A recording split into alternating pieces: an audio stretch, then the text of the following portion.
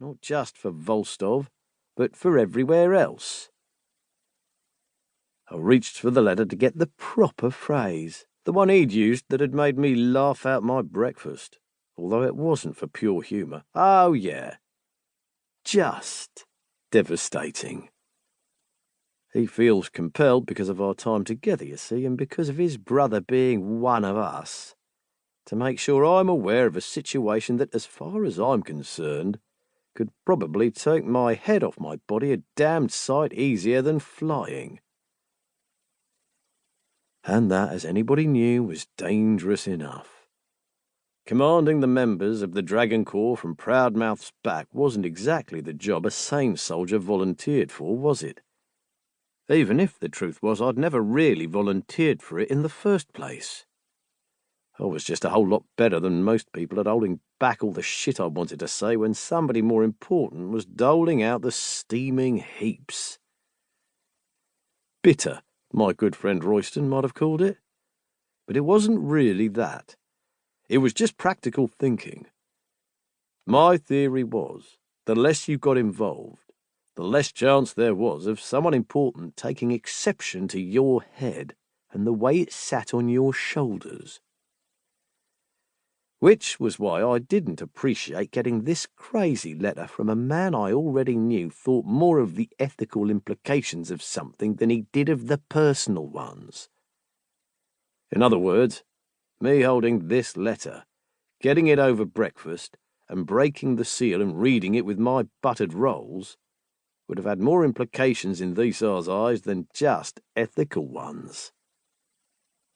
Sometimes a man just didn't want to know, and that was kind of the tactic I was taking right now. Because in that letter, the words that loud-mouthed, proud-arsed, crazy-eyed XM and Rook's damn strange little brother had used, such as resurrection and soul, sounded a lot to me like playing at things I wasn't meant to play at. More often than not, I gave my hand away at cards. So I'd burn it, I said, with only a hint of uncertainty. I didn't want to be the man who went to his friends asking for advice with his mind already made up. No man was ever more of a burr in the arse than that one, and I wasn't going to be him, not even in my old age. Across from me, Royston took a neat little sip of his coffee. Then he reached up to smooth the 2, maybe 3 grey hairs growing at his left temple. The ones no one would notice if he wasn't so damn self-conscious about them. After all, he was considerably less advanced into his 40s than myself. In fact, I thought it was downright rude of him to remind me. "Well, it is a conundrum," he said finally. He was doing it to needle me, I told myself. But years of getting used to the behaviour never quite meant you became master at dealing with it. I snorted, just giving him the rise he wanted, not to mention buying him extra time to think up a more clever response, then handed it over. "Well," I said, filling up the air. I hated to watch people read things, and Roy knew it. "Reading," Roy replied quietly, with that distant air he only got when he was putting his mind to something complicated or talking about his boy.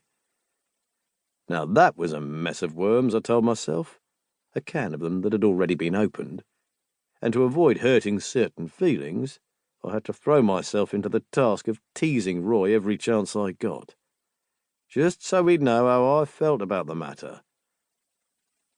But it'd probably take a few years before I'd be comfortable sitting in the same room with the 2 of them. Pointing out that a man was still a baby was no fun when that man was in the room, if only because teasing babies just wasn't right, no matter who you were doing it for. Those thoughts seemed to occupy enough time that Roy finally cleared his throat, tossing the letter down between our coffee cups.